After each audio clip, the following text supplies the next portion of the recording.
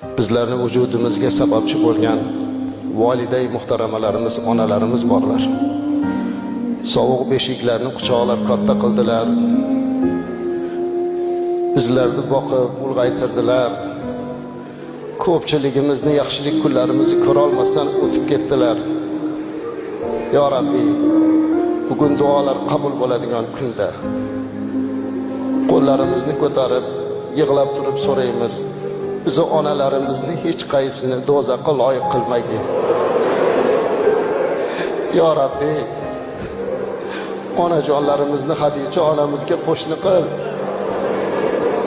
Ular ibodatlarni oz qilgan bo'lsalar, biz sabab bo'ldik. Bizga mehr beraman deb ibodat qila olmadilar. Bolamni boqaman deb senga yuzlana olmadilar. Endi bugungi barcha ibodatlarimizni savobini ularning daftariga yoz. Ulardan o'zing rozi bo'l, ya Rabbi.